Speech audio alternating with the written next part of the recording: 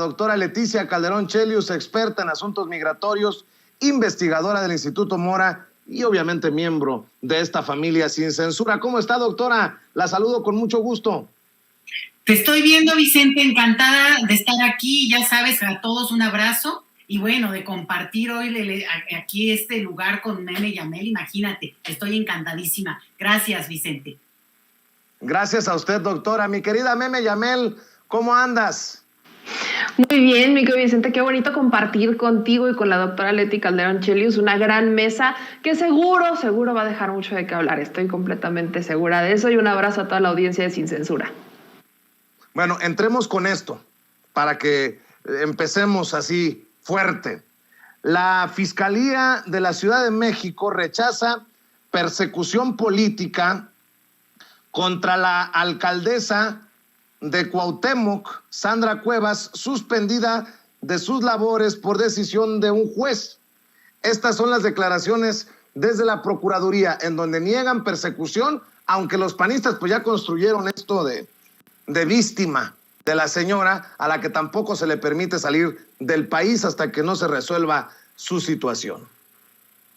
De las siguientes medidas cautelares: la suspensión temporal del cargo tanto para la alcaldesa como para otros 3 servidores públicos imputados, la prohibición para salir del país sin autorización, la prohibición para acercarse, comunicarse o concurrir a donde pudieran presentarse las víctimas, la obligación para presentarse a firmar ante la Unidad de Medidas Cautelares. La Fiscalía General de Justicia de la Ciudad de México reitera que desde el momento en que recibió la denuncia se ha conducido en apego a la ley, además de que ha cumplido con todos los procedimientos legales, lo cual quedó de manifiesto al solicitar audiencia inicial sin detenido y sin órdenes de aprehensión, a efecto de no violentar ninguna de las garantías de las personas investigadas. Como hemos señalado en anteriores comunicaciones emitidas por esta Fiscalía, el Ministerio Público recibe la denuncia como la presenta el afectado, pero es responsabilidad de la representación social generar la imputación de los delitos con base en pruebas e indicios, siendo en este caso los delitos de robo, abuso de autoridad y discriminación, por lo que el Ministerio Público no se ha retractado de ninguna acusación. La Fiscalía ha cumplido y respetado todos los procesos y derechos de cada una de las partes, como ha sido el hecho de que en 2 ocasiones se difiriera la audiencia a petición de la autoridad de la demarcación por motivos de salud y por el cambio de defensa. Asimismo, el jueves 24 de febrero, esta Fiscalía corrió traslado, es decir, hizo de conocimiento la carpeta de investigación a todas las partes, particularmente a las defensas y asesorías jurídicas, tal y como lo establece el Código Nacional de Procedimientos Penales, el cual señala que el imputado y su defensor podrán tener acceso a los registros de investigación cuando sea citado para comparecer. Queremos ser enfáticos. La Fiscalía no lleva a cabo ninguna persecución política, simplemente cumple con la ley tal y como lo... A ver, doctora, pues ¿de qué se trata? Esta señora que desde su visión muy superflua del poder llegó con alfombra roja, después generó controversia por planes, hasta con pelotas con 500 pesos, ahora es inhabilitada temporalmente. ¿Ante qué estamos desde su perspectiva, doctora Leticia Calderón Chelius? Sí, fíjate, Vicente, que como estamos tan acostumbrados a los desplantes, malos manejos, la prepotencia, el uso de los puestos públicos para ejercer todo este desplante, no, digamos, de autoridad, y que además aquí el que manda pues es el que tiene el poder, ¿verdad?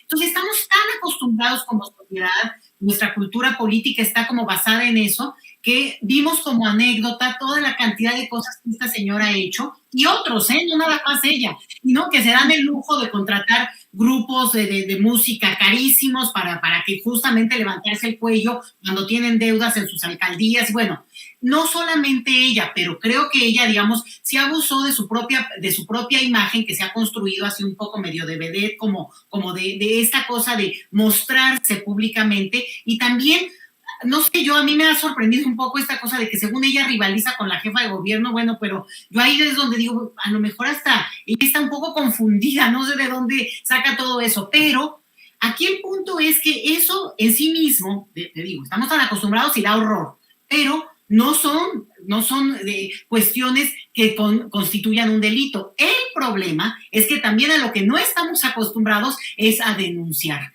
Y nosotros como ciudadanía tampoco lo hacemos porque una personalidad como esta, bueno, llega y golpea a los policías, que este es el cargo que hay, uno de los cargos que hay en su contra, es que ella detuvo, prácticamente tuvo retenidos, por tanto puede acreditar un secuestro. Digo, ya hay que bajarle en eso porque esto también es una cuestión que el jueves se resuelve, ¿eh? O sea, es nada más como un llamado de atención en ese sentido. Entonces ella detiene a estas personas, los golpea, les habla muy feo y, bueno, les habla muy feo y los cachetea.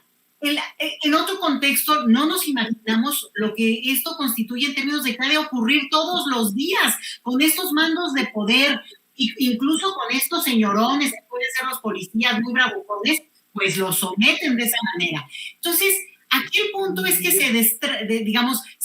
la cloaca sale. Lo que estamos viendo es estos usos del poder. Y ahora el otro, como lo digo, que van y la denuncian. Y procede la denuncia porque efectivamente atrás de esto hay cuestiones políticas. Es decir, aquí estamos hablando también de hacer evidente todo un procedimiento que en otros contextos es probable que también ni lo sacan, no hacen ruido con eso. Ahora, el asunto es que legalmente hablando hay una imputación. La señora es, se le quita su ejercicio de poder en este momento por un par de días en lo que se revisa, en lo que se avanza. Yo me imagino, yo no soy abogada y tampoco confío mucho en estas cosas, en el sentido de que así lo dice la norma y la aplican a rajatabla, ¿eh? Porque en otro contexto también se hubieran hecho mensos y eso no lo podemos negar, ¿no? Hubieran dicho, bueno, a ver qué pasó con los policías y vamos a resolverlo, o en todo caso incluso ella, pues bajándole el tono. Sabemos muy bien que después hace otro acto de escenificación de su persona y despliegue de este personaje que se ha construido para sí misma y avienta billetes de 500 pesos. Hubieran avisado con tiempo, Vicente, por favor, ¿no? En pelotas y ahí se arma un argüende y bueno, pues de ahí el mote de Lady Pumotas, ¿verdad? Yo no entendía bien porque dije, pues ¿por qué le dicen así? No la veía, yo dije, bueno, pues está muy bien formada la señora, a lo mejor por ahí va la cosa, pero no, el asunto es que este es otro desplante, pero no constituye ningún delito a menos que haya sido un recurso que ella saca del mismo presupuesto, porque no tiene ella, porque usa el dinero como si fuera de monedero, ¿verdad? Entonces, yo creo que es todo esto lo que está ahí, pero tampoco podemos ser ingenuos de decir, ay, bueno, es que la ley lo dice. En este país, la ley también tiene sus asegúnes y sus manijos. Entonces, aguas con ese punto, Vicente. Así es, mi querida Meme Yamel, pues una mujer cercana, por cierto, a Ricardo Monreal y a la que creo que la han dejado sola. No ha habido un salir a defenderla como en el caso, por ejemplo, de Lía Limón. No he escuchado tanto ruido en torno al caso de Sandra Cuevas, salvo que tú tengas otra idea, Meme. Pues la llevaron a la Cámara de Diputados. Hay que recordar que fue la semana pasada, antepasada, cuando la llevan a la Cámara de Diputados, el PRD, los chuchos. Y ahí mencionan, ¿no?, que Sandra Cuevas y el tema de la persecución. De hecho, ahí es donde Sandra Cuevas dice que es la jefa de gobierno, la que se le está yendo encima, que es una persecución política, pero que no se va a dejar. Ahí es cuando los periodistas le preguntan, bueno, ¿y qué onda con el dinero de las pelotas? Y Sandra Cuevas se va de la pregunta y dice, bueno, estamos aquí para otra cosa. O sea, vaya, fue a la Cámara de Diputados. Creo que sí hubo esta defensa de Sandra Cuevas, no por parte directamente de Ricardo Monreal. No creo que vayamos a ver eso todavía, o no sé, a veces hay mucha capacidad de sorprenderme en este mundo y en este México, pero La defensa la ha llevado el PRD, la han llevado los chuchos, y sí también, o sea, en lo que sí coincido, Vicente, es que la han dejado un poco sola, no hemos visto una férrea defensa. ¿Y por qué? Eso nos da a entender que quizás hay algo allá atrás, ¿no? El asunto de Sandra Cuevas es que ella, pues, o sea, hay una imputación en su contra por el haber retenido en contra de su voluntad a elementos de la Secretaría de Seguridad. Ellos argumentan que, pues, hubo hasta agresiones por parte de la alcaldesa. Nosotros, vaya, hemos visto N cantidad de videos donde la señora efectivamente demuestra que es agresiva, que es violenta, que no sabe ni siquiera mantener las distancias, en donde se le va la gente a golpes. Entonces, no podemos nosotros generar una percepción de si es culpable o si es inocente con base en eso, pero nos da una idea realmente de quién es Sandra Cuevas. Ahora, no hay que olvidar que Sandra Cuevas ha utilizado recursos públicos para una revista, por ejemplo. No hay un gasto importante dentro de la alcaldía Cuauhtémoc hacia publicidad. Ella le paga a Larraqui para que sea su asesor de alguna manera, pero en realidad todos vemos que es como un aviador que gana aproximadamente 40,000 pesos al mes de la alcaldía Cuauhtémoc. Y bueno, ¿qué ha hecho a Larraqui? Probablemente, digo, yo no veo los contenidos, no estoy tan mal como para ver ese tipo de contenidos, pero seguramente ya la de haber defendido en sus espacios de redes sociales. El tema es que hay un gasto excesivo en publicidad a Sandra Cuevas, ¿no? Ella quiere engrandecer la imagen de Sandra Cuevas porque a todos nos queda claro que ella busca algo más que la alcaldía Cuauhtémoc. De eso que lo vaya a conseguir, no lo creo, porque obviamente tenemos muchos otros personajes que quieren la jefatura de gobierno rumbo al 2024, y creo que después de haber elegido a Sandra Cuevas o a Lía Limón o a todos estos personajes que terminaron eligiendo en la Ciudad de México como por un castigo, se van a terminar dando cuenta que pues las cosas no iban por ahí, y que los que se terminaron castigando fueron los propios ciudadanos, ¿no? En el caso, insisto, el tema de Sandra Cuevas, 400,000 pesos para una revista en donde ya era la portada, esta idea de hacer una avenida, ¿no? Convertir la zona rosa en una avenida muy estilo Las Vegas, con luces LED, pantallas y demás, como muy dinámico, como si eso es lo que realmente necesitaran en la zona rosa.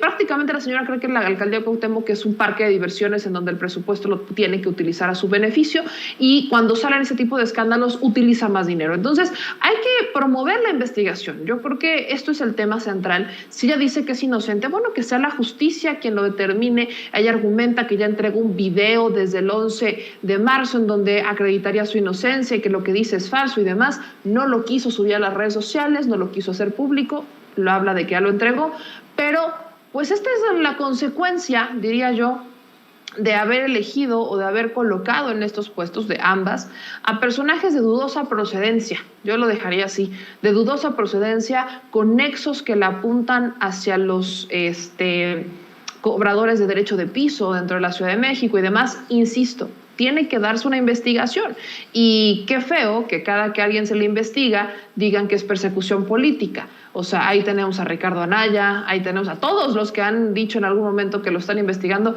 y que es una persecución política, cuando en realidad lo que vemos es que hay algún delito que se tiene que investigar y que quieren frenar a la justicia, como si este país fuera el mismo de hace 3-4 años.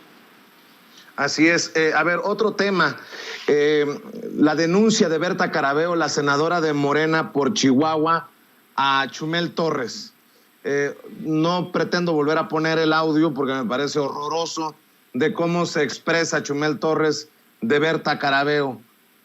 Su opinión, doctora, en momentos en que le empiezan a salir defensores a Chumel Torres, y mencionaba hace rato a este actor Cosío, el hombre detrás del Cochiloco, en aquella película del infierno con Damián Alcázar, que critica a Berta Carabeo por entablar esta denuncia, esta demanda contra Chumel Torres. Pero si no, ¿cómo terminamos con este discurso o estas actitudes misóginas si no es precisamente a través de la vía legal? ¿Usted qué piensa, doctora? Fíjate que yo voy a ligar esto con lo que decía al final Meme, porque creo que es muy interesante entender que sí hemos cambiado y que este país ya ha vivido una transformación importante en todos nosotros. Entonces, que ahora condenemos lo que ha sido práctica generalizada en nuestro país desde hace años, digo, desde que la televisión es televisión o desde que ha habido digamos, los medios de la farándula, que se han burlado de cualquier cantidad de cuestiones que hoy vemos como discriminación, como racismo, como xenofobia, ¿no? En este caso como misoginia. Entonces, que esto ahora nos indigne y lleve a una denuncia de la senadora, me parece que está justo en los tiempos presentes. Es probable que hace unos años pues no nos hubiera llamado la atención. Y es más, este personaje así ha hablado siempre, ¿eh? Este personaje se ha dedicado, como él y como muchos, a denostar a las personas a partir de una serie de criterios que hoy sí tienen una capacidad de denuncia penal.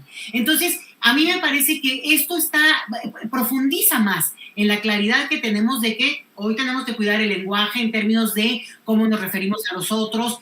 A veces, digamos, esto que podría haber sido chistosito y que era lugar común en los chistes ¿no? En las series de cómicas en México, bueno, pues ya nos damos cuenta que estamos en un cambio, tenemos que entender en ese contexto, pues había una validación pública y social, pero hoy eso es un crimen y se tiene que llevar a las últimas consecuencias en ese marco, porque hay, digamos, responsabilidades, porque un personaje público sí tiene que tener también la mesura para cómo se dirige personalmente a una persona, digamos, en este caso a la senadora, pero además porque es una respuesta directa a ella, ahí sin modo que se haga a un lado. Cuando se trata de una cosa generalizada, yo puedo hacer una denuncia también en términos de el maltrato que se está dando, el maltrato verbal, hacia todo un grupo, hacia digamos, a una comunidad, pero en este caso ya es todavía más personalizado y hay quien tiene el uso, el beneficio del micrófono, como es este personaje, también construido de esa manera y se fortalece en ese discurso, que eso es lo peor de todo,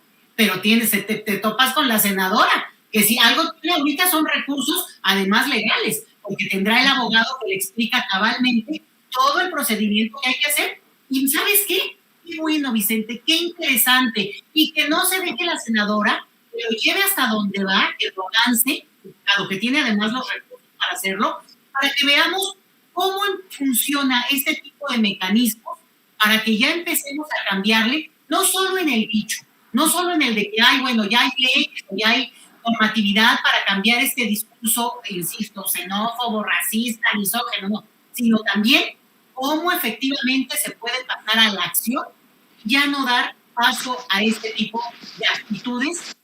A ver, ¿de qué van a hablar ahora los públicos? No sé, porque si ya no se pueden burlar, no pueden hacer todo el tiempo estas alusiones sexuales que a veces, no, a las 3 de la tarde tienes programas donde hablan diario de cosas de un tono que para mi gusto, no por mi mojigata, no, sino que me parecen excesivamente vulgares. Ahora, eso está permitido, es libertad de expresión, hay quien lo puede ver y quien le gusta, adelante. El punto acá es este otro, Vicente, cuando ya es un ataque que justamente igual en una de estas cuestiones que tienen que ver ya con lo que nuestras normas y leyes no justifican como ahí sino libertad de expresión. Entonces, va a estar interesantísimo ver cómo se resuelve este caso, y bien por la senadora, y ojalá que sí les ponga, digamos, un piso al debate que tenemos en términos de estos grandes cambios que se están dando, no en el gobierno, en nosotros mismos, Vicente, y creo que eso es lo más padre de todo.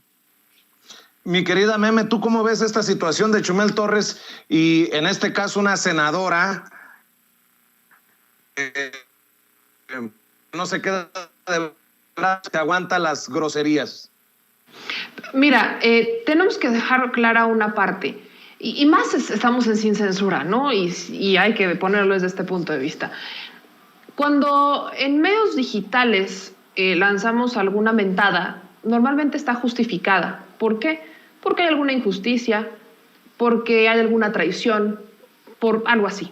No, y me corregirá Toñito, que seguro se acuerda de todas las mentadas que aquí luego decimos, tú igual me corregirás. O sea, siempre está dirigido a una molestia, es una reacción a una molestia por algo más allá que la ideología de una persona. Porque incluso en este espacio, cuando se ha criticado a la senadora María Lili del Carmen, pues no, o sea, no es porque sea de Sonora, no es porque no comulguemos con su forma de pensar, sino porque ha traicionado al pueblo, porque hace shows, porque está gastando el dinero del erario en hacer shows, ¿no? Ok. Cuando se ha cuestionado a gobiernos, cuando se le ha aventado, se le ha lanzado una mentada a algún gobierno o algún gobernante o alguien de oposiciones, más allá de la forma en la que piensa y de su ideología, porque si algo tenemos claro es que cada quien tiene derecho a creer en lo que quiere. Entonces, partiendo de esa premisa, yo escuchaba el video de Chumel. Y no es la primera vez, hay que dejarlo claro, esta no es la primera vez que Chumel Torres se dirige a la senadora Berta Carabeo en un contexto de un insulto personal a través de un espacio mediático. La senadora tiene todo el derecho de defenderse, porque aparte las palabras que utiliza Chumel no son porque la senadora haya cometido un error, no es porque la senadora haya desviado un recurso, no es porque la senadora haya mentido o haya traicionado, no, es solamente porque a Chumel no le gusta que la senadora sea obradorista. O sea, ese es el origen de las mentadas de Chumel, y eso es lo que se cuestiona. O sea, independientemente de que el debate hoy sea, ¿no?, de libertad de expresión y todos viva la libertad de expresión, creo que también tenemos que poner sobre la mesa pues, ¿qué vamos a cuestionar? ¿Vamos a cuestionar que una persona piense en lo que piense o crea lo que crea? No podemos criticarlos por tener una ideología. Podemos criticarlos porque esa ideología no la comparte la población y usemos datos, elevemos el debate. Es algo que no se está haciendo. Y yo, vaya, de por sí ya creo que el estándar era muy bajo, pero Chumel Torres se ha rebajado todavía más con este nivel, con este tono de insultos. Ya no sé si es porque realmente quiere llamar la atención por un tema de audiencia. Desconozco la motivación detrás de lo que hace Chumel Torres, pero me queda claro que es mucho más allá que un simplemente cuestionamiento. No es ya ni siquiera comedia. No es ni siquiera, no da risa, pues, o sea, ni siquiera vamos a este punto. Entonces yo voy al punto de la senadora tiene todo el derecho de defenderse y eventualmente Chumel, pues sí, también, que también se defienda y que sean los tribunales quienes decidan esto. Una cosa es libertad y otra cosa es libertinaje, y creo que si algo tenemos que promover desde los espacios es elevar el nivel del debate, elevarlo. Sí, yo digo mentadas, sí las digo. Me han cuestionado porque, ¿cómo es que una señorita como tú dice mentadas? Pues sí, porque me enojo, fíjense, porque las señoritas, las damitas también nos enojamos, porque también nos dan estos momentos de catarsis donde nos da por soltar una mentada, pero cuando lo hacemos, fíjense, ¿por qué lo hacemos? Porque hay una injusticia, porque hay un desvío, porque hay un robo, porque hay una mentira, porque no nada más es porque no siento que me represente la senadora, porque vale la pena decirle a Chumel que no es la única senadora que tiene Chihuahua, no, ahí tiene a Gustavo Madero también. O sea, podría también decir, bueno, no me representa a Berta Carabeo, pero me representa a Gustavo Madero, y pues muy su bronca. O sea, no es como que es la única senadora que tiene Chihuahua. Perfectamente podrías, si nos vamos a ir a cuestión de ideología y de representación, pues perfectamente hay otra representación. Hay otra persona que fue electa por otro proyecto con la cual me queda claro que Chumel Torres simpatiza ampliamente. Lo que yo solo quiero poner sobre la mesa es ¿por qué a Chumel Torres no le molesta que los legisladores como Gustavo Madero no sepan la Constitución, no la hayan leído y que anden pidiéndole a México, anden cabildeando a nombre de Ucrania petición de armas, ¿no?, para que México mande armas cuando legalmente no podemos? O sea, si van a criticar algo, pues me hubiera encantado que también eso lo criticara a Chumel Torres, pero si no estoy mal, lo que hizo fue, al contrario, enaltecerlo. Y mira, Vicente, yo creo que este es un tema que va más allá, para dejar claro después de este punto el tema de la misoginia. No es chistoso. Yo la semana pasada, y creo que también aquí se compartió, como en este mismo espacio, bueno, no en este mismo espacio, sino en el espacio que tienen en Grupo Fórmula, grupo de radio de Chumel Torres, se burlaban de la mamá del presidente y utilizaban el tema de la lavadora, ¿no?, y de la lavandera y de la lavadora, etcétera. Y yo sí le respondí a Chumel Torres, porque eso sí, o sea, no es una mentada porque me cae mal, o sea, si de por sí ya está mal. Lo que hace con la mamá del presidente, dejen que sea la mamá del presidente, es burlarse de una mujer, cosificándola y tomándola como si fuera un objeto que solamente sabe lavar ropa. Eso que hace Chumel Torres, eso sí merece atención, no es chistoso, no es sarcástico, no es irónico. Yo, como se lo dije en mi espacio, que se vaya y se lave primero la cabeza antes de emitir algún tipo de chiste. Si su gran referente de comedia fue Polo Polo o fue Ortiz de Pinedo, pues qué padre, ese es un tipo de comedia que ya pasó hace muchos años. De hecho, pues estos dos personajes, uno tengo entendido que está enfermo de salud y el otro ya no tiene tanto espacio, pero creo que valdría la pena que que dejara esa comedia rancia. Al final es su bronca, pero no da risa. No da risa que Chumel Torres se dirija a las mujeres como si fuéramos una lavadora, porque yo se lo voy a cambiar. ¿Así le gustaría que se refirieran de su madre? Creo que aquí tenemos que empezar a poner esos ejemplos. Trata como quieres que te traten. Y si no te gusta, entonces cambia. Porque yo dudo ampliamente que a Chumel le guste que se burlaran de su madre o que se burlaran de su hermana. Creo que no le gustaría que lo que él hace se lo hicieran, pero como se siente intocable, creo que también vale la pena hacerle el debate. Y tal como lo dije en mi espacio, a ver si un día de estos anima un debate, que estoy segura no me aguanta ni 2 minutos, pero ojalá tuviera los pantalones que no ha tenido ni Loret de Mola, ni Ana Paula Ordorica, ni ninguno de sus amigos que andan defendiendo cuestiones neoliberales, que andan defendiendo estos espacios o que andan defendiendo sus bromas y sus sarcasmos porque dan mucha risa, no sé a quién. Ojalá tuviera los pantalones de hacerlo de frente y no solamente a través de las redes sociales, pero como ya me bloqueó hace un buen rato de las redes sociales, dudo que se atreva. Así que ese es el nivel de opinólogos que anda defendiendo la derecha. Bueno, déjenme poner sobre la mesa a otro personaje, porque el presidente Andrés Manuel López Obrador lo exhibió. Permítanme nada más ver una noticia de último minuto. Bueno, pues está buena la nota. Ya la había visto de Telediario Monterrey, pero ya saben que mi idea es no ser el primero, pero sí ser el mejor. Y se ha estado corriendo como pólvora esta noticia. En Nuevo León se reporta la detención del Bronco, de Jaime Rodríguez Calderón, el exgobernador de Nuevo León, por presunto desvío de recursos. Lo vi, le decía, reportado por Telediario Monterrey, ahora me llega de Político MX. Y bueno, estamos al pendiente de más detalles de esta presunta detención de Jaime Rodríguez Calderón, el Bronco, ex gobernador de Nuevo León. Bueno, les decía, doctora Leticia Calderón Chelius, Meme Yamel, que el presidente Andrés Manuel López Obrador también señaló a José Ramón Cosío, exministro de la Suprema. El presidente recuerda que Cosío también votó en contra de la resolución de Arturo Saldívar, hoy ministro presidente de la Suprema Corte de Justicia de la Nación, por el caso ABC. Y qué bueno que colegas periodistas como Nancy Flores no quiten el dedo del renglón, doctora, porque es precisamente la insistencia de periodistas como Nancy Flores lo que ha llevado a que Zoé Robledo, a que el propio presidente hablen de la denuncia presentada por este IMSS de la Cuarta Transformación por esa situación que nos dejó 49 niños muertos, doctora.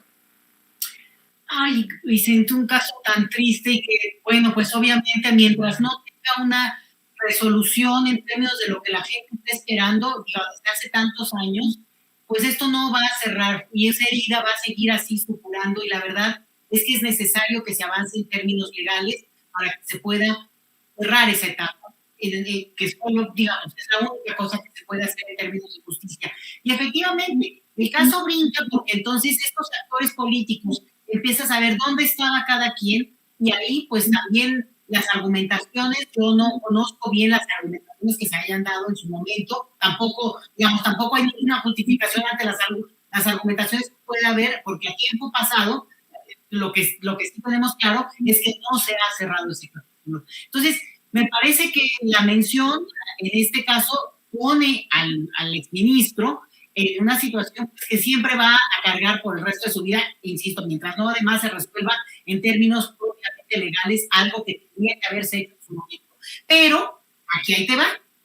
Para mí el problema con el Poder Judicial es que no se salva nadie, Vicente, porque si han estado ahí, pues han ido navegando, ¿no? Han ido en estos laberintos del poder, en los cuales al final de cuentas, pues sí, las resoluciones de acuerdo a la ley, y siempre la ley como es tu peso máximo y que debe ser, pero a veces es tan políticamente truqueado el asunto que de verdad no hay forma de que uno no pueda decir, a ver, que la ley también junta un rasgo de humanidad, porque hay puntos en los cuales el laberinto burocrático en que se meten los casos, los procedimientos, son vidas humanas. Entonces, así como este señor tiene hoy una denuncia muy específica por el caso ABC en el sentido de cómo votó en ese momento, bueno, pues habría que ver la trayectoria de todos los jueces, de todos los magistrados, y ninguno se salva, Vicente. Y lo digo porque hay varios que, digamos, obviamente en una carrera tan larga como la que tienen este perfil de personajes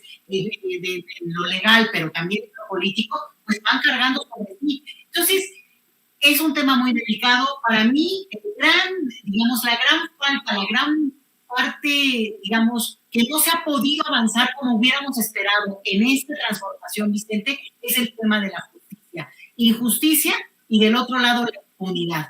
Porque mientras se mantiene la impunidad, pues obviamente no se puede dar justicia. Y eso al mismo tiempo es un mensaje de permisividad, de que las cosas sigan avanzando en términos de, obviamente, de lo que puede hacer el lado criminal.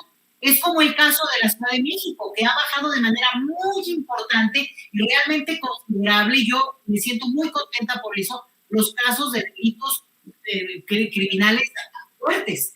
Y eso tiene que ver con una voluntad política, pero también pues, del Poder Judicial local. Entonces, bueno, vamos avanzando con eso, pero que fuera así para todo, Vicente. Cada vez que oyes un caso donde alguien desaparece o no lo encuentran, se te hunde el estómago, ahí estamos en las redes sociales, pero volteamos a ver a estas instancias judiciales, qué están haciendo, cómo se mueven, qué tanto realmente llevan a cabo lo que se supone que el derecho dice que de inmediato se tiene que dar una alerta o lo que sea. A lo que voy es que, por supuesto que este es un caso de revisar eso y tendrá que justificarlo el mismo magistrado, y vaya que ha sido un tema que lo ha acompañado en los últimos años, pero te digo, habría que hacer, yo no lo he hecho, habrá expertos que siguen esto en términos de las resoluciones que cada uno de los ministros ha firmado, porque hay varias que digamos, pondrían a más de uno en una situación muy incómoda, Vicente. Y es que hay que hablar de estos personajes porque como están tan activos en medios y en la vida política, Meme, no vaya a salir cosido con que defiende a las víctimas y a las familias del incendio de la guardería ABC cuando él votó en contra de la resolución del ministro Saldívar en su momento. Por eso es tan importante, creo yo, lo que se dice en la mañanera, ¿no?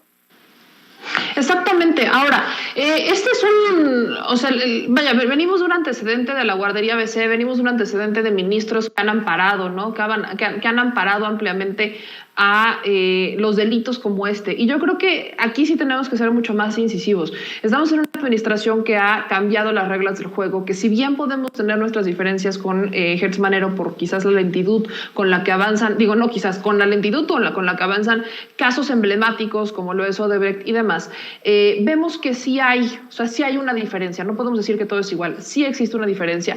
Y creo ampliamente que el asunto de los ministros es algo que va a quedar ahí rezagado. La mancha, por ejemplo, con José Ramón Cosío es una constante. El presidente lo ubica por ser el defensor o el asesor detrás de las defensas o de los amparos de Claudio X González y demás. Este mismo exministro, dice que él no entiende por qué el presidente le tiene tanta tirria si nada más asesora una vez, y etcétera, etcétera. Entonces, digamos que aquí se destapa la cloaca en las mañaneras, las conferencias de prensa sirven para eso, han servido para eso, y claro que molesta a los intereses creados, claro que molesta a los periodistas de siempre, que son los que defienden estos intereses creados. Creo que personalmente nosotros tenemos que seguir informándonos desde las fuentes principales, tenemos que seguir generándonos este criterio propio, ¿no? Vemos que también hay una ola de censura alrededor de todo esto, que hay una serie de personas que no quieren que la gente se genere un criterio propio. Ahí los tienen, incluso haciendo campaña desde los medios tradicionales para que no participen en la revocación de mandato.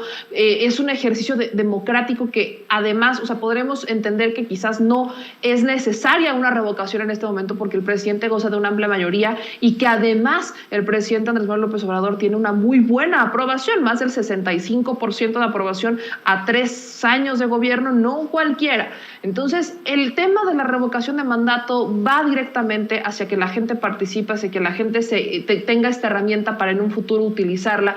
Y tenemos personajes desde los medios queriendo que esto no pase. Tenemos al INE también haciendo campaña como si fueran porristas del PRI, PAN, PRD en vez de ser los árbitros electorales, por Dios. Creo que sí tenemos que dejar muy claro que las mañaneras han servido para combatir la desinformación desde estos intereses creados, desde esta prensa corporativa que no le gusta que le digan que miente, que no le gustan que le enseñen sus errores, que no le gusta porque se siente estigmatizada, porque pobrecitos son de piel muy delgada. Yo creo que cuando uno decide dedicarse a esto, sabe que pues la piel no puede ser delgada, tiene que ser piel, pues necesita que crearse o al menos armarse de un caparazón para aguantar lo que venga y sobre todo cuando empezamos a tocar intereses que obviamente pues tienen y han tenido muchos privilegios, mi querido Vicente.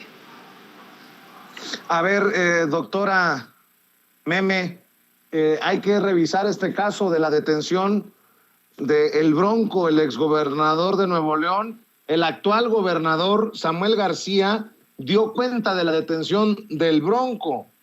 Ser incorruptibles empieza por no robar, por castigar a los que robaron y desviaron el dinero de Nuevo León a sus campañas. Y aquí ya empezamos, dijo Samuel García. Este es el video que circula del gobernador de Nuevo León, Samuel García.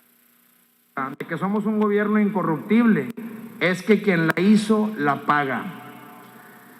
Quien robó o desvió recurso público a sus amigos, a sus sobrinos, a sus favoritos o a campañas, va a ir a la cárcel. Quien robó o desvió dinero público a los Corleones, a los favoritos, a los sobrinos y a sus amigos o a sus campañas, van a ir a la cárcel, porque ya basta de que jueguen y saquen a nuestro Estado. Me emocioné. La Fiscalía Especializada en Delitos Electorales de Nuevo León detuvo hoy al exgobernador Jaime Rodríguez Calderón el Bronco. La detención se deriva de una denuncia que presentó el hoy gobernador Samuel García cuando era senador en julio de 2018 por el desvío de recursos públicos por el caso de las broncofirmas. Su opinión, doctora. Pues mira qué sorpresiva la noticia y la estás dando aquí. Bueno, yo no había oído nada en el transcurso del día, así que es muy interesante. Mira, hasta no ver no creer, Vicente, porque la verdad en estas cosas ya no sabe uno qué pacto hay atrás. El mismo Bronco que tanto se ufanaba de que hasta la tontería esa de cortar las manos al que fuera corrupto y un discurso completamente fuera de lugar, completamente contrario a los derechos humanos. Bueno, pues ahora están en esta puesta en escena que a mí no les creo nada a esta parejita de aquel estado. Pues la verdad es que vamos a ver cómo procede, cuál es el trato que está ahí. Y en todo caso, bueno, él acusa a un personaje, pero eso tiene que ver con una red. Y es lo que esperamos en todos los casos, ¿eh? Que haya un personaje que sea acusado por un delito y la red, Vicente. Porque aquí nadie roba solito, ¿eh? Aquí nadie puede agarrar y abrió el cajón y desacó el dinero. No. Si hay dinero, un presupuesto que fue utilizado, la red tendría que estar evidenciada y entonces hoy tendría que estar detenido no solo un personaje, sino por lo menos un par de cómplices con ese personaje. Bueno, así se llevan, pues así me imagino que también el mismo exgobernador que tanto se ufanaba de esta cuestión en su momento de incorruptible también, bueno, pues que lo demuestre. Y no me sorprendería en todo caso, porque estaban actuando como habían actuado absolutamente toda la vida. Lo que demuestran es que no había cambiado nada y en este estado, bueno, pues la verdad es que qué lamentable situación para la ciudadanía. Así es, se le acusa de desvíos de recursos al hombre que proponía mocharle las manos a los rateros, Meme, y bueno, yo no sé si también podemos poner sobre la mesa una importante necesidad de Samuel García de buscar legitimidad a través de golpes importantes como este, ahí precisamente en Nuevo León. Este es un tema interesante porque sí, efectivamente fue Samuel García quien en 2018-19 presenta esta denuncia en contra de Jaime Rodríguez Calderón, mejor conocido como el Bronco, por este desvío de recursos, ¿no? Desvío de recursos que habría utilizado para financiar su campaña rumbo a la presidencia de la República. Y fíjense qué bonito mensaje para el propio Samuel.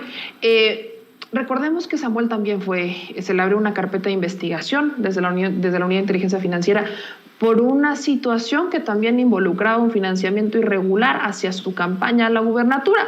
¡Qué bonito mensaje! Pero además de lo irónico y del bonito mensaje que esto significa, hay que precisar varias cosas.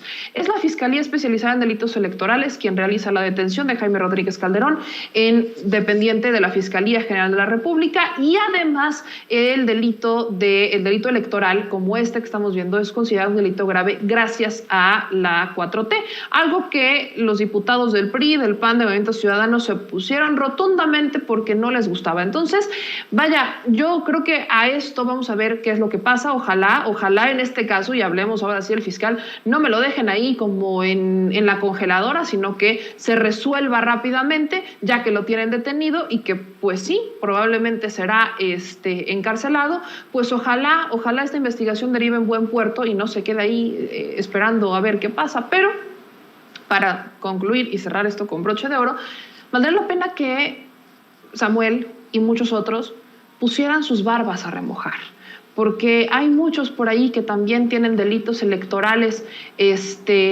pendientes, que los han cometido y que, pues, ¿cómo les explico? Si ya vieron al Bronco que prometió mochar manos y no cumplió, como la ley, si le cae, pues aguas. Ve a tu vecino y pon tus barbas a remojar. Así es. Y para cerrar la mesa de diálogo, si me permiten, una opinión sobre la exhibida constante de Loret, de Latinus, de los dineros de Madrazo. Ahora nos queda con mucha claridad definido que el gobierno de Silvano Aureoles sacaba dinero de salud a través de empresas de Madrazo que terminaban en Latinus. Qué verdadero relajo, doctora, y creo que hoy más que nunca queda también claro que es importante saber con claridad qué intereses están detrás de los medios o de las voces o de las imágenes de los personajes que opinan y que mueven precisamente la opinión pública, si me permite. Fíjate, Vicente, que más exhibida y más, más obvia la duda que tiene este personaje, el tal Loret de Mola, en este caso, que la entrevista que él mismo dio a la Deutsche Welle y que circula en las redes y todo, donde la periodista le pregunta, oiga, una periodista española, voy a saber de dónde, le pregunta como en una obviedad, y no es importante saber de lo que gana el hijo de un presidente, porque tendría que ser importante también saber lo que gana usted. O sea, no hay como una cuestión donde lo privado tendría que ser así privado. Él argumenta, se hace bolas, luego le pregunta algo, y justo esta es la pregunta, lo que tú estás diciendo. Le pregunta a la periodista, oiga, ¿y de dónde se financia esto de donde usted trabaja? Pues es youtubero, pues lo son, digamos, aquí hablando en el mero lugar.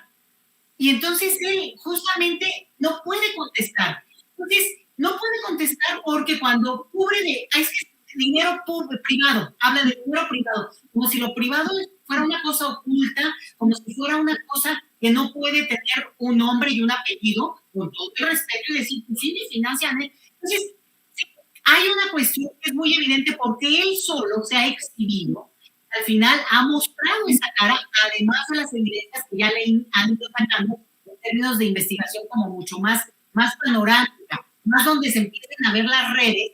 Y el problema aquí, más allá de que lo que diga y que su posición, bueno, pues a mí obviamente no me gusta y no me gusta todo lo que ha hecho también y el estilo no me gusta, siempre lo oigo como como muy alterado, pero aquí el asunto es el dinero público utilizado de manera triangulada para crear este tipo de empresas, que se llama en este caso Latinus, para al final de cuentas tener un objetivo muy concreto, que es ser la oposición en el gobierno de México. Bueno, pues que lo hagan con su dinero, ¿no? En todo caso. Pero aquí esta es la parte donde ni siquiera teniendo ellos la lana, lo hacen de una manera, pues, políticamente legítima, sino al final tienen que montarse en este recurso que es, te digo, abrir el cajón y querer sacarlo siempre de lo que eso implica quitarle a alguien ese recurso para una cuestión muy básica. Entonces, a mí lo que me parece es que la exhibidota es lo menos que esperamos, lo que esperamos que el caso realmente se devele en todas estas tramas dónde está el recurso que ha beneficiado a un supuesto programa o canal privado, y en todo caso, si lo es, bueno, también tendríamos, creo que el derecho como audiencia de saber lo que estamos consumiendo, y yo sí quiero saber los ingredientes que vienen atrás del producto que me voy a comer. Entonces, creo que debe llegar a sus últimas consecuencias, Vicente. Meme, escucho tu opinión, cerramos con tu reflexión. Pues yo cerraría diciendo lo mismo que dijo Loret ayer en esta entrevista que le hacen en Deutsche Welle. Cuando le preguntan sobre el financiamiento, él contesta que bueno, pues sí, en Estados Unidos sí se conoce el financiamiento de los periodistas, o se sabe cuánto ganan los periodistas, pero que aquí en México no, porque pues te secuestran por 50 euros, ¿no? Esa fue la comparación que hizo Loret de Mola. Si alguien es experto en montajes de secuestro, es él. Recordemos el caso de Israel Vallarta. Entonces, yo solamente cerraría diciéndole a Loret de Mola que no es lo mismo, no todos somos iguales, y que él no es periodista. Él es un sicario informativo.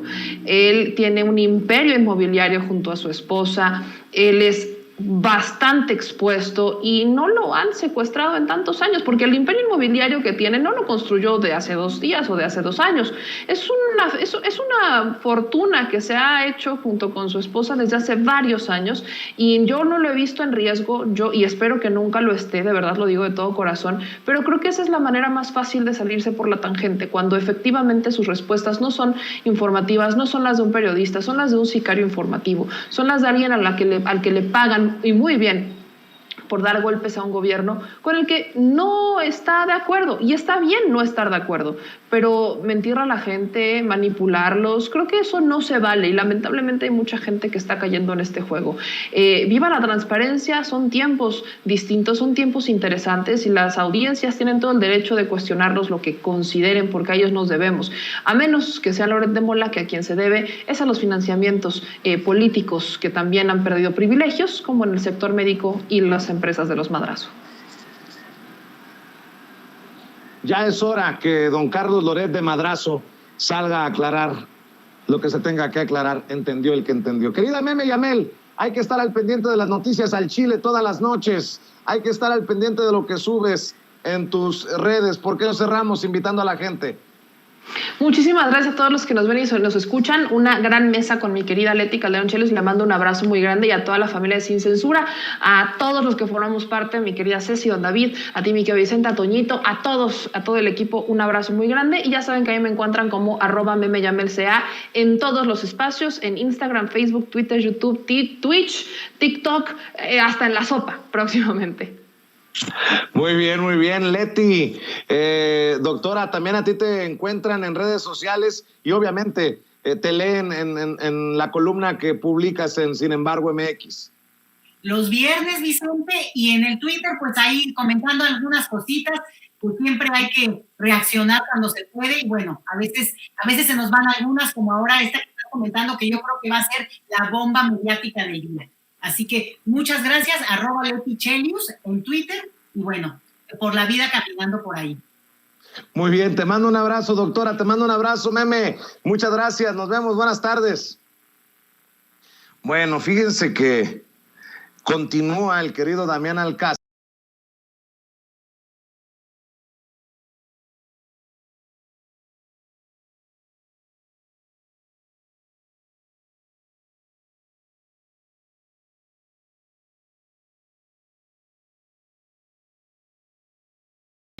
saludar en estos momentos a Juan Becerra Costa, periodista, conductor de Informe Capital en Capital 21, a quien siempre, con mucho gusto, lo recibimos aquí en Sin Censura. ¿Cómo te va, Juan? Un abrazo.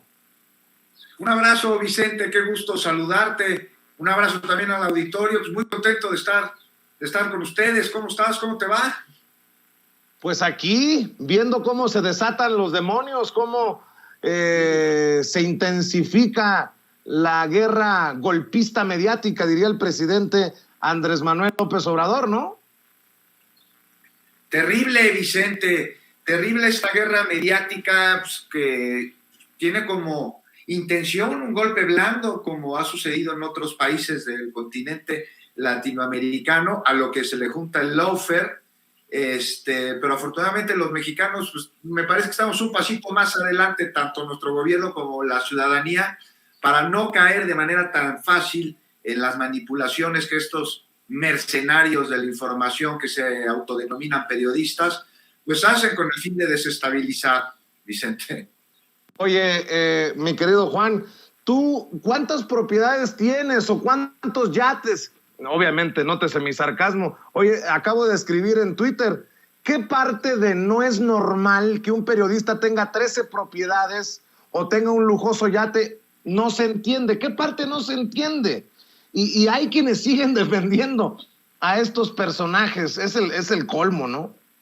No, hombre, Vicente, si te contara lo que yo he visto del nivel de vida de algunos periodistas, pues que ponen ahí a la venta su pluma, nos echamos para atrás, ¿no? Desde chavillo que me tocó ver a comunicadores como Jacob Zabludovsky con los automóviles Mercedes, cuando todavía no se vivían en México, que hasta tenía una matrícula especial que se llamaba Eco 1, hasta algunos otros que llegaron de reporterillos en los 80 y 10 años después ya tenían casa en San Ángel y condominio en Acapulco, con yate y todo, Vicente.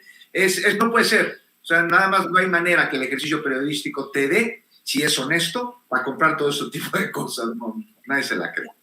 Así es. Oye, antes de entrar a hablar de las cárceles, ¿por qué no me das tu opinión acerca de la detención del Bronco, el exgobernador de Nuevo León, y cacarea el arresto Samuel García diciendo que mano dura, a los que roban van al bote? ¿Qué cosas tiene la política mexicana y este México tan surrealista, ¿no? Que el que decía que había que mocharle las manos a los ladrones, está siendo acusado de malversación de fondos. Pues una batalla que Samuel García trae desde hace rato, Vicente. Él en su momento denunció, y además en varios lados, esta recolección de firmas que funcionarios del Bronco, funcionarios del gobierno del Bronco, pues están ahí llevando a cabo con recursos del erario. Pero bueno, ya como gobernador, pues yo me habría de preguntarle a Samuel García qué pasó con todos estos recolectores de las llamadas broncofirmas, ¿no? Todos los que señaló por haber participado en este desvío de recursos, en este lavado de dinero. Me parece, Vicente, que siguen trabajando para él, ¿eh? Ahí te paso el dato. Siguen todos ellos en la nómina del gobierno estatal después del relajo que hizo Samuel García.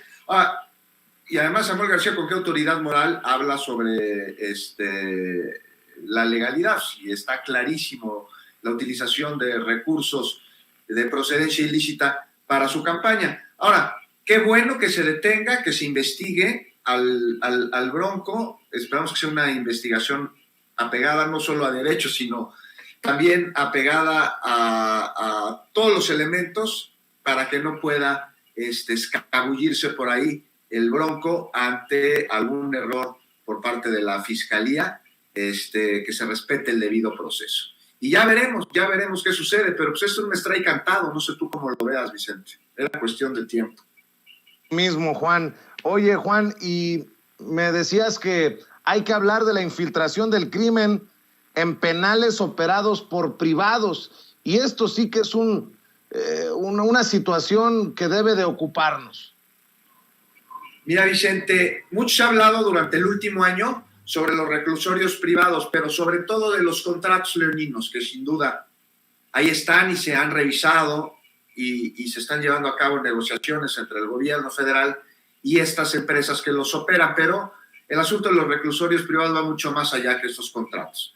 Si te parece, vamos a ver qué es lo que sucedió, ¿no? Porque esto se da con la voraz desestatización durante el periodo neoliberal en México, que aprovecharon gobernantes, legisladores para vender los recursos de la patria a precios ridículos, que además los embolsaron, se hicieron suyos. Y dentro de esto se firmaron contratos para que empresas privadas administren centros de readaptación social. Fue con Calderón, cuando se le da luz verde a este esquema, que continuó durante el gobierno de Peña Nieto. Mira, para no hacerte el cuento largo, por esos contratos se han pagado más de 75,600 millones de pesos. Bastante más, es una cifra gigantesca, ¿no? Mucho mayor a lo que el Estado le hubiese costado administrar estos penales en condiciones mejores de lo que lo han hecho los privados, quienes cobran por ello como si se tratara de un hotel de lujo. Porque en promedio, Vicente, déjame que te cuente que se paga 4,000 pesos diarios por cada espacio que hay en 8 cárceles privadas. No por reo, ojo, porque sin importar que las celdas estén ocupadas, hay que pagar como si lo estuviera. Entonces, si en una crujía en la que caben 100 reclusos tienes a 20, sigue pagando el Estado como si estuvieran los 100, no hay de otra. Y es a raíz de un análisis de todo esto que te estoy contando, que el presidente toma cartas en el asunto y busca un acuerdo con las empresas.